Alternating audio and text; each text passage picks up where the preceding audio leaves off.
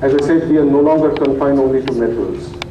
So obviously, we also cater to all other major engineering solids, namely to production, manufacturing, machining, characterization, tests would meet the standards that are to come. So in order to meet that aspiration, you take the help of two major why. And the next step is know-how, which is engineering or simply a flow sheet.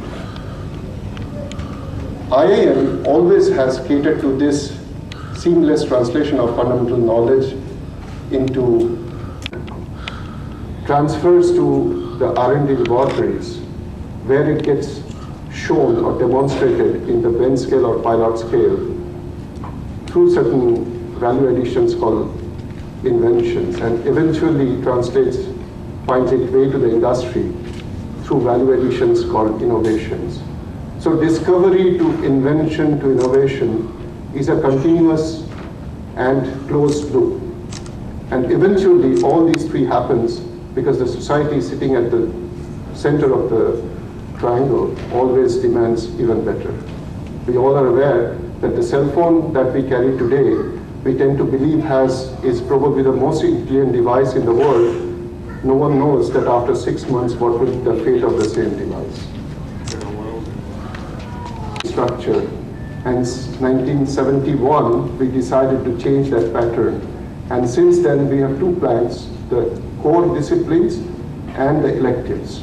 And through the electives, we actually allow graduates to acquire knowledge in specific directions. So just like graduate engineering program in any educational institution, IIM also has two parts, mainly the fundamental part, the course, and then the electives. And under the electives, we allow someone to specialize either in iron and steel, non-ferrous, or in characterization of materials, or simply make one more suitable for research and development. Very recently, about a few years ago, we received a very major threat. Government of India, through All India Council of Technical Education, issued a notification to de-recognize a number of institutions like ours who are professional bodies and awarding degrees. The main objection came from the fact that many of the curricula of these programs did not meet the standards of our graduate program. So we were allowed, and it was more than 5 years ago, and since then IIM has been very constantly pursuing this issue. And I would like to, I'm very glad to inform the community here and the former presidents in particular that on 4th of July, Indian Institute of Metal went and defended the IIM program in front of a national committee created by AI's offer to IIM is not exactly the same, which is it purposely so. That is to make sure that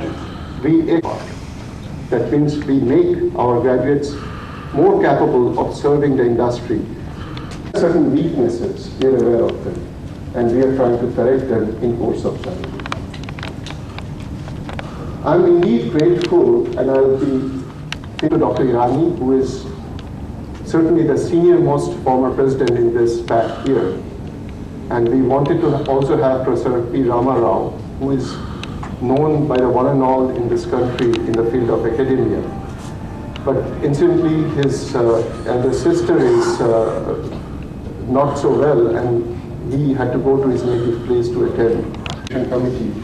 Over the years, steered by Professor Sanath Roy, who has been a very renowned professor.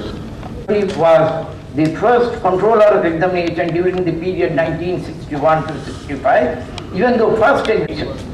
Currently, this examination is being organized in 20 different chapters located at various corners of the country. Till 1971, are reviewed by the IIM Council, which meets 5 times a year. The selection of paper setters.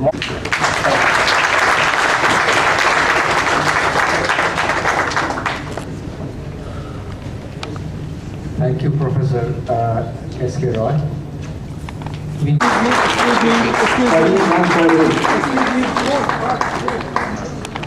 Rakesh Kumar,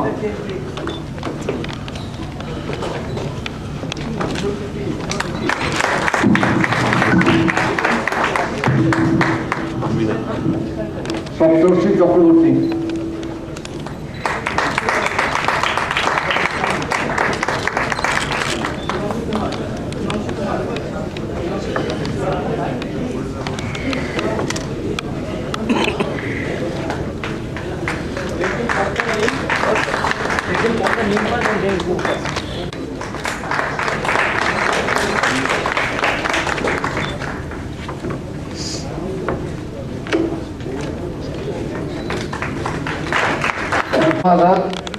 सम्राट बासु, सनातन गणनायक, संजय कुमार साहू, शमशेर अली, श्रवण कुमार साहू, शिक्षा Priyadarshi, Sudeep Kumar Sahu, Sukanta गोल्डू Surya Narayan,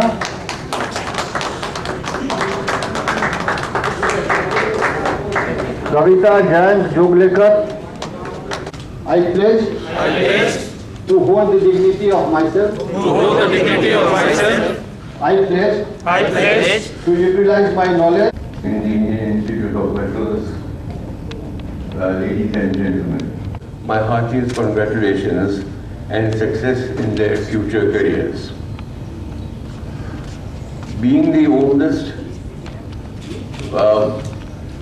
surviving president of the Indian Institute of Metals, I think I can be excused to take a walk down memory lane.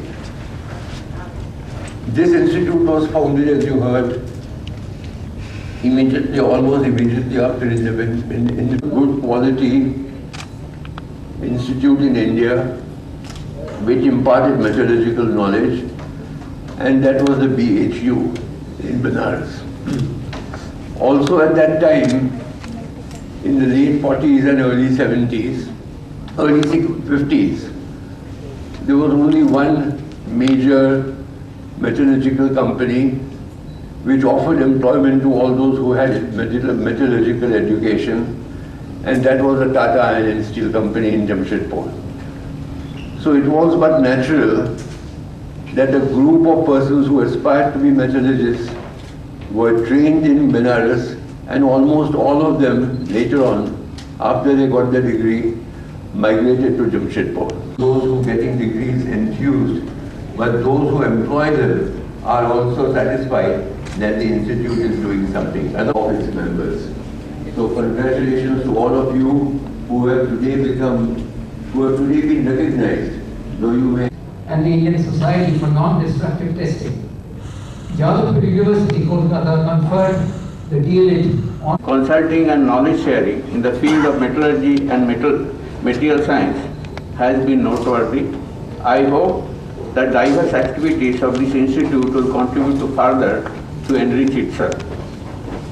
My compliments to all the IIM qualified incumbents for the successful completion of the course. This commencement is a significant milestone in your professional journey so far, and the certificates earned by you are a result of your hard work and dedication.